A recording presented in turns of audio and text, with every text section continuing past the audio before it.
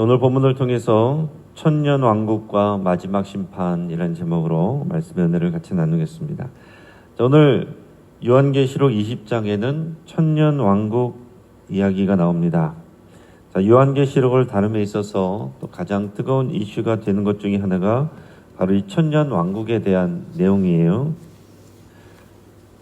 조금 어려울 수 있지만은 이 천년 왕국에 대한 기본적인 학설을 좀 설명을 드립니다.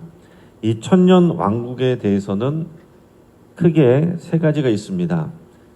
전천년 왕국설, 후천년 왕국설, 무천년 왕국설, 이게 있습니다.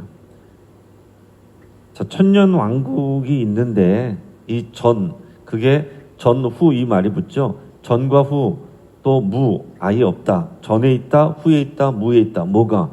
예수님의 재림이.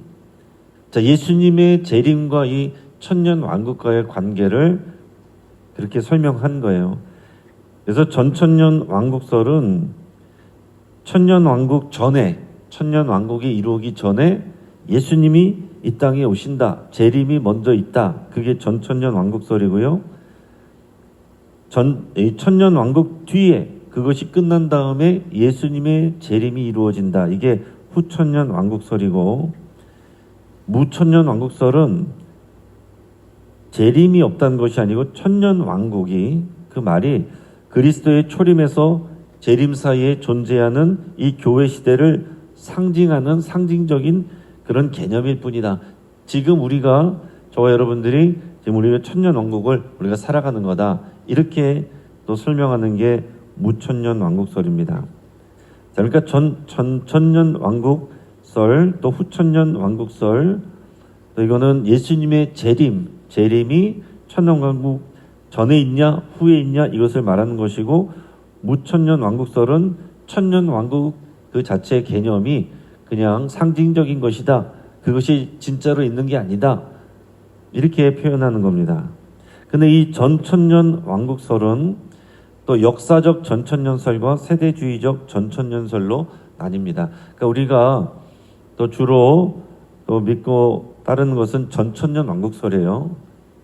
전천년 왕국설은 역사적인 전천년설과 세대주의적 전천년설로 나누는데, 둘의 차이는 뭐냐면, 자, 역사적 전천년설은 예수님의 재림이 한 번이다. 이렇게 말하는 것이고, 세대주의적인 전천년설은 휴거가 먼저 있다. 그러니까 공중 재림 때 예수님의 휴거, 이 휴거는 성도들의 공중 들림이 먼저 있다. 그리고 남아있는 성도들이 7년 환란을 겪은 다음에 주님이 지상으로 내려오셔서 천년 왕국을 이루신다. 이런 내용입니다. 그래서 이런 휴거라는 개념, 성도들의 공중 들림, 이런 개념을 사용하면 세대주의적인 전천년설이다. 이렇게 생각하면 되겠습니다. 그러나 후천년설은 우리가 좀 지지하기가 어렵습니다. 왜냐하면 후천년설은 쉽게 말하면 하나님의 이 천년 왕국이 다 이루어지고 나서 주님이 오신다. 이 말은 무슨 얘기냐면, 이 땅에 복음화가 완전하게 다 이루어져서 천년 왕국을 다 이룬 다음에 그 다음에 예수님이 재림하신다 라는 그런 의견이기 때문에 이것은 이제 상식적으로 그렇게 되기가 어렵습니다. 자, 무천년설은 천년 왕국을 상징적으로 해석하기 때문에 지금이 바로 7년 그 환란기다. 요한계시록에 나오는 7년 환란기는 지금 우리가 살아가는 이 시대다. 또 이렇게 표현하고, 예수님이 언젠가 또 이런 천년 왕국이 없이 그냥 바로 재림하신다. 또 이런 내용입니다. 그런데 요한계시록은 딱 떨어지게 정리해서 이해할 수 있는 책이 아닙니다. 주로 이제 신학자들 같은 경우에는 이제 무천년설을 또 지지하는 분들도 꽤 많이 있어요. 그래서 이제 요한계시록은 또 이렇게 상징적으로만 읽어야지 이것을 실제적으로 일어나는 것으로 막 그렇게 해석하려고 그러면 안 된다. 이렇게 얘기를 하고, 신천지 같은 경우에는 여기 나와 있는 내용들을 정말로 자기들의 식으로 다 해석을 해서 이게 계시록의 실상들이 이루어진다. 그렇게 말하면서 사람들을 미혹하니까 사람들은 잘 모르는 내용을 또 얘기를 하니까, 또 확실하게 얘기하니까 또 혹해가지고 또 이렇게 넘어가는 그런 일들이 많습니다. 자, 이렇게 묵시문학 같은 것은 비유와 상징들이 많이 쓰이고 정확한 해석을 하기가 어렵다 보니 이단 같은 경우에 또 이런 묵시문학, 특별히 요한계시록으로 사람들을 또 미혹하고 또 겁을 주고 또 그런 식으로 포기하는 경우가 많습니다. 말씀드리지만 요한계시록은 딱 떨어지게 정리하여서 이해할 수 있는 책이 아닙니다.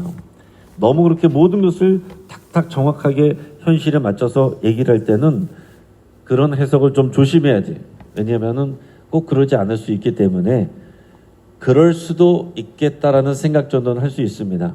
그럴 수도 있겠다. 그러나 그것이 꼭 맞는다라고 해서는 안 된다는 얘기예요. 오히려 논리보다는 이 요한계시록은 상상력에 호소합니다. 그래서 이 요한계시록에 대해서 나눌 때는 논쟁적인 내용에 골몰하기보다는 이 성경의 내용을 흐름을 그대로 그냥 이해하는 것이 좋겠다 하는 것입니다. 자, 오늘 이 내용을 보면 먼저 이제 하나님께서 이 용을 가둔다라는 내용이 나옵니다. 1절에서 3절까지 말씀을 우리가 읽어봅니다. 또 내가 보매 천사가 무저갱이 열쇠와 큰 쇠사슬을 그의 손에 가지고 하늘로부터 내려와서 용을 잡으니 곧 옛 뱀이요 마귀요 사탄이라. 잡아서 1000년 동안 결박하여 무저갱이에 던져 넣어 잠그고 그 위에 임봉하여 1000년이 차도록 다시는 만국을 미혹하지 못하게 했는데 그 후에는 반드시 잠깐 놓이리라. 아멘. 자, 천사가 하늘로부터 내려오는데 그 천사의 손에 뭐가 있습니까? 무저갱의 열쇠. 무저갱은 우리가 쉽게 말해서 지옥이죠. 무저갱의 열쇠와 큰 쇠사슬을 갖고 온다. 큰 쇠사슬이란 것은 누군가를 결박하려는 것이죠. 자, 여기서 이것을 여러분 주목하셔야 되는 게 뭐냐면 무저갱, 즉 지옥. 우리가 흔히 지옥 하면은 어떤 생각을 합니까? 지옥의 주인은 사탄이다. 그런 생각을 하기 쉽죠. 그러나 성경에 보면 분명히 이 무저갱이 열쇠를 누가 갖고 있습니까? 하늘에서 내려온 천사가 갖고 있어요. 그리고 여기에 누구를 집어넣느냐? 용을 집어넣는다. 사탄이 들어갈 것이 지옥이다라는 겁니다. 자, 앞장에서 보면 자, 먼저 심판을 받은 두 존재가 있었는데 두 짐승. 그게 뭐냐면은 이 짐승이라고 표현되는 것과 거짓 선지자였습니다. 짐승과 거짓 선지자가 심판을 받았고 마지막에는 이 악의 삼위일체 큰 용 바로 사탄이 이 무저갱이에 던져져서 심판을 받는다 하는 얘기예요. 근데 이 사탄이 1000년 동안 이 쇠사슬에 결박이 돼서 무저갱이에 던져 넣어져서 이 지옥이 봉인된대. 하지만 1000년이 지나면 반드시 잠깐 놓여서 활동할 것이다. 사탄이 잠깐 놓여서 활동하면 뭐 하겠습니까? 성도들을 미혹하는 거죠. 어떻게든 믿음이 흔들리게 하고 믿음에서 넘어지게 하고 두렵게 하고 믿지 못하게 하고 또 하나님을 배반하게 하고 이거를 한다는 거예요. 우리가 알 것은 뭐냐면 먼저는 사탄의 그런 무서운 활동보다 사탄의 활동은 하나님의 통제를 받는다라는 사실입니다.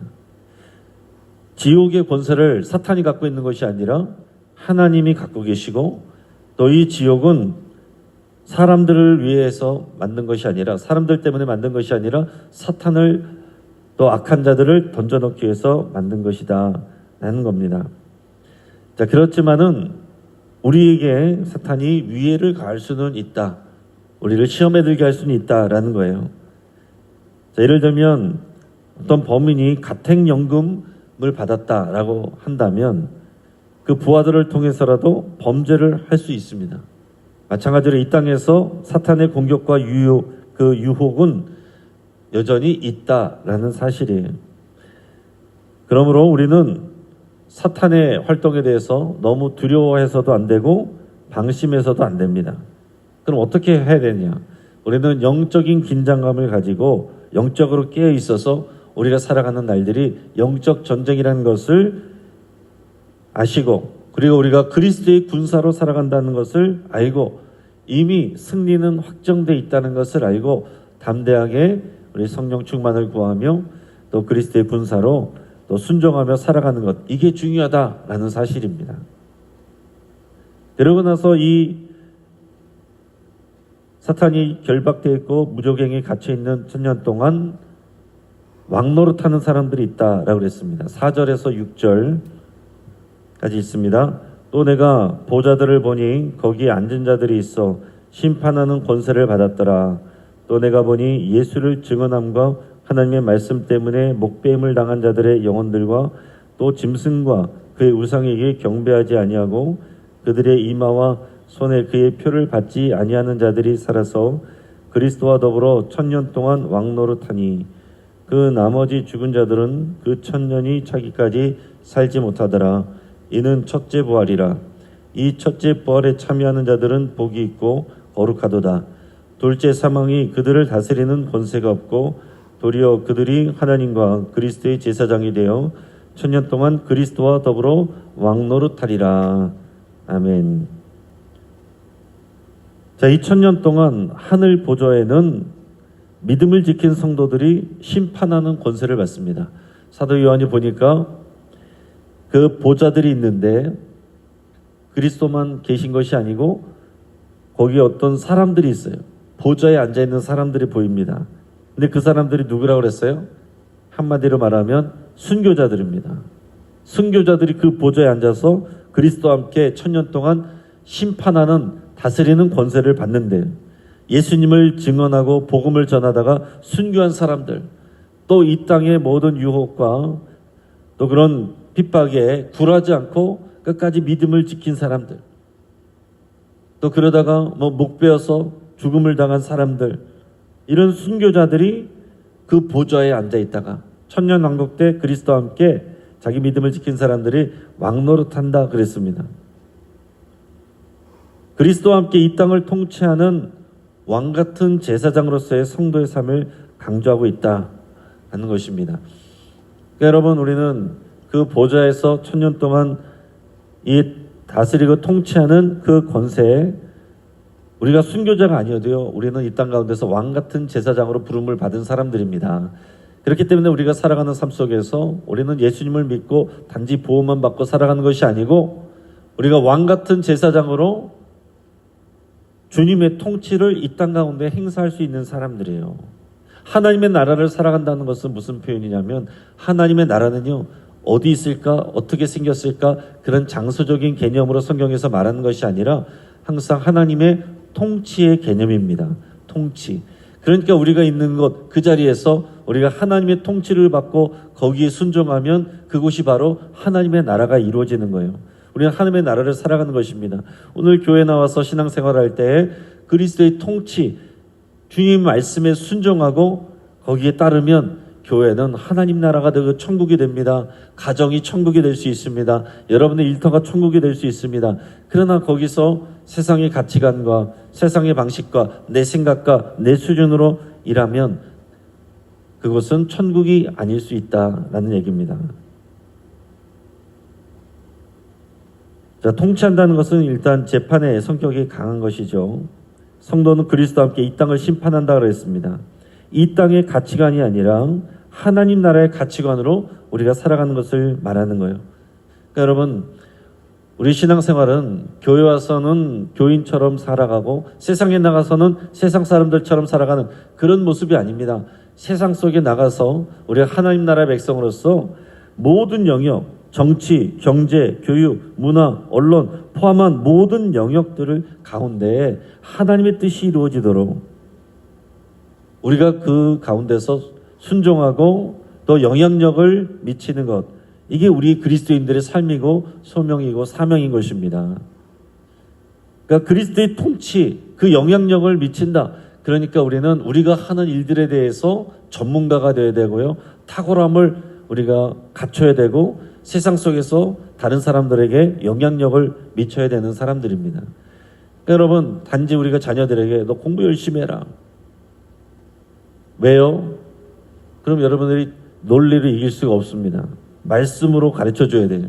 우리는 왕같은 제사장으로서 하나님의 통치를 이 세상에 가져와야 되는 사람들이고, 그 탁월한 영향력을 미쳐야 되는 사람들이기 때문에, 그래서 우리가 학생은 공부를 열심히 해야 되고, 일하는 사람들은 일을 열심히 해야 되고, 기업을 하는 사람들은 기업을 열심히 해야 되고, 주님의 방법대로 더 건전하게 정직하게 그렇게 해서 다른 사람들보다 더 탁월함을 나타내야 된다 하는 얘기예요.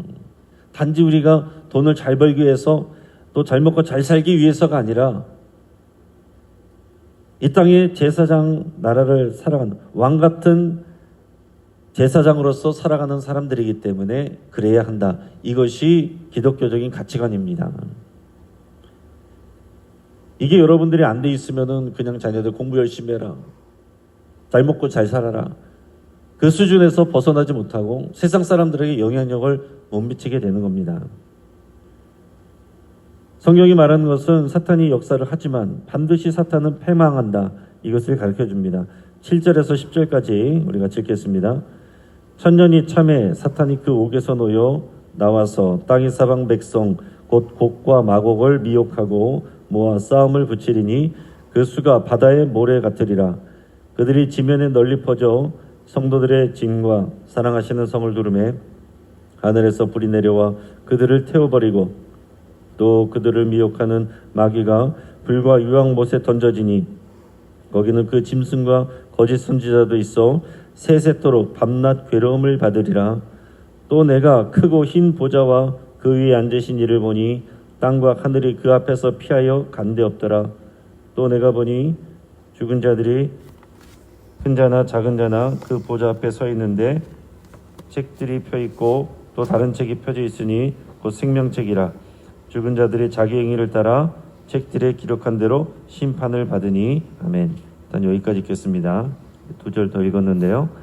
자, 천년이 지나면 사탄이 감옥에서 잠깐 풀려난다라고 그랬어요. 사탄이 하는 일은 뭐냐면 백성들을 모아서 전쟁을 준비한다. 마지막 전쟁을 준비한다 그랬습니다.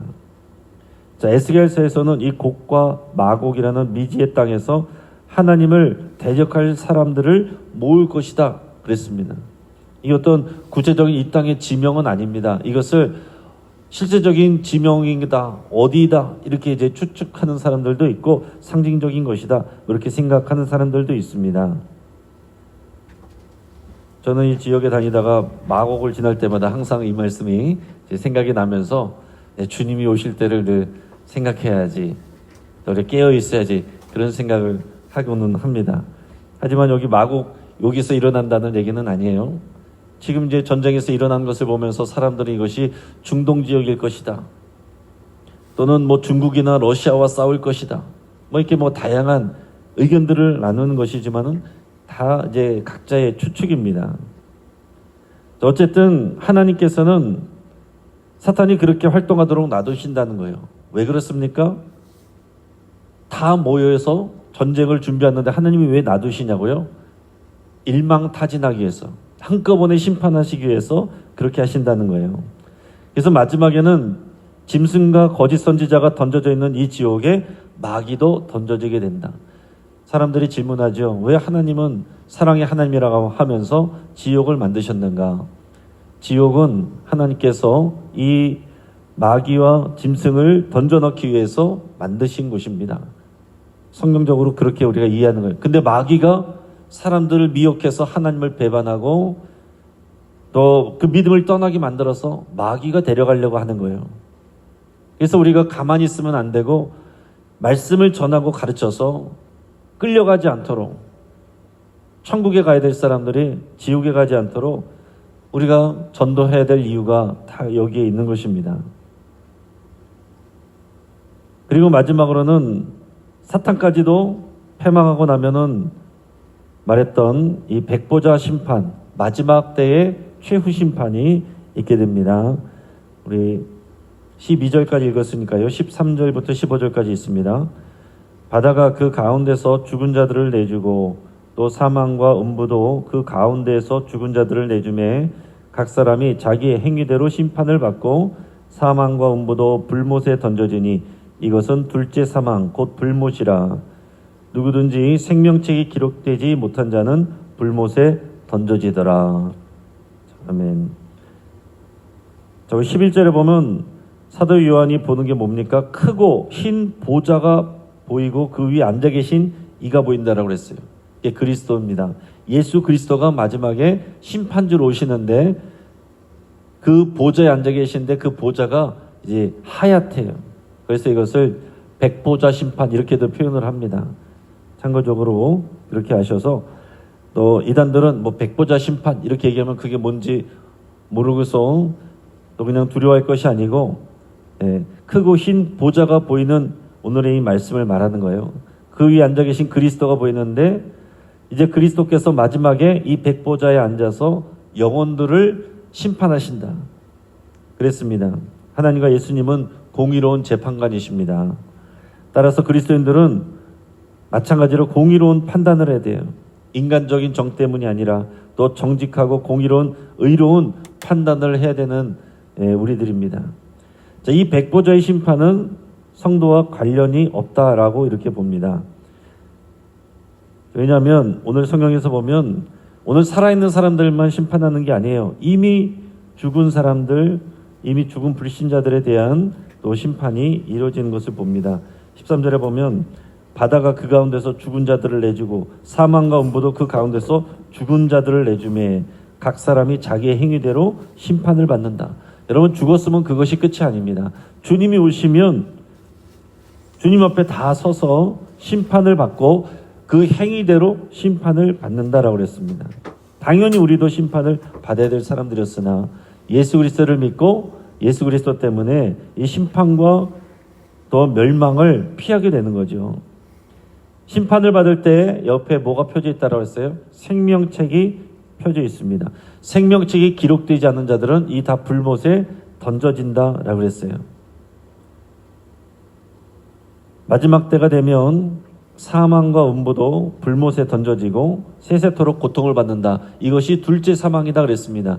그러니까 마지막이 되면 죽고 나면 이 땅에서 죽는 죽음도 없습니다. 그 사망과 음부도 던져진대. 이게 둘째 사망이다 그랬습니다. 그러니까 여러분, 우리는 한 번 죽으면 끝이 아니고 둘째 사망이 있습니다. 심판과 또 멸망이 있어요. 우리가 믿음 안에서 생명책이 기록되고 그 안에서 살아간 사람들이 이 둘째 사망을 피하게 되는 것입니다. 그러나 생명책이 기록되지 않은 사람들은 둘째 사망을 받게 되는 거예요. 그렇기 때문에 우리가 믿음대로 살아야 되고 복음을 전하며 살아야 되는 거죠. 근데 이런 내용들을 안 믿는 사람들은 이해를 못하죠. 왜 교회 다니는 사람들은 자기들이나 잘 믿지 왜 멀쩡히 다른 사람들을 저렇게 괴롭히고 전도하느냐, 왜 다른 종교 있는 사람들한테도 굳이 저렇게 무리하게 저렇게 전도를 하느냐, 공격적으로 선교를 하느냐, 그 사람들이 싫어합니다. 그러나 오늘 말씀을 우리가 있는 그대로 믿는다고 할 때 예수 그리스도 외에는 생명의 길이 없고 마지막 때에 이 심판이 일어나고 둘째 사망 가운데 이 생명책이 기록되지 않은 사람들은 다 심판을 받고 불못에 던져진다고 하는 것을 우리가 정말로 믿으면 우리가 어떻게 가만히 있을 수가 있습니까? 어떻게 젠틀하게 다 모든 종교를 포용하며 그렇게 살아갈 수가 있겠습니까? 여러분, 당연히 우리가 대외적으로는 모든 종교를 존중하죠. 사람들의 각자의 믿음을 존중하죠. 그러나 그러고 있을 수는 없다는 거지. 우리가 동시에 참 이런 지혜가 필요한 것입니다. 지혜도 필요하지만 그런 지혜 있게 말한다고 하면서 불못에 던져질 사람들을 가만 내버려 두는 것은 우리가 하나님 앞에 책망받을 일이 안 되겠습니까? 자, 이 땅에서 어쨌든 우리는 왕같은 제사장으로 살아서 하나님의 통치에 참여하고 공의로운 재판장이신 그리스도 앞에 섰을 때 우리 삶에 손에 열매가 있어야 돼요. 이 땅에서 얼마나 더 오래 사는가가 중요한 게 아니고 우리 손에 주님 앞에 섰을 때 부끄럽지 않는 생명의 열매들이 있어야 된다 하는 것입니다. 자, 말씀을 정리합니다. 이 땅은 지나가지만 하나님 나라의 소망은 영원합니다. 이 땅이 전부가 아니라는 것을 여러분 꼭 기억하시고 우리는 영원한 소망을 품고 살아야 될 것을 여러분 기억하시기 바랍니다. 하나님의 임재와 회복이 우리를 기다리고 있어요. 하나님의 임재가 최상의 복입니다. 하나님이 우리를 더 복 주시고 우리가 믿음으로 한 모든 것에 대해서 상을 주십니다. 그렇기 때문에 여러분, 우리가 살아갈 때 우리 주님과 함께 동행하고 또 인도함 받기를 여러분 사모하시길 바랍니다. 또 교회는 새하늘과 새 땅을 바라보는 소망의 공동체에 대해 고난 속에서도 하나님의 위로를 누리며 신앙의 경주를 이 교회 공동체와 함께 끝까지 완수하기를 주의 이름으로 축복합니다. 같이 한번 기도하겠습니다.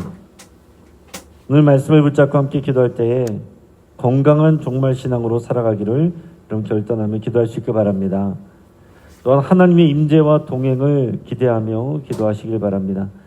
또 우리를 낙심케 하고 불안하게 만드는 모든 것을 주님의 손에 맡겨드린다고 여러분 고백하시길 바랍니다.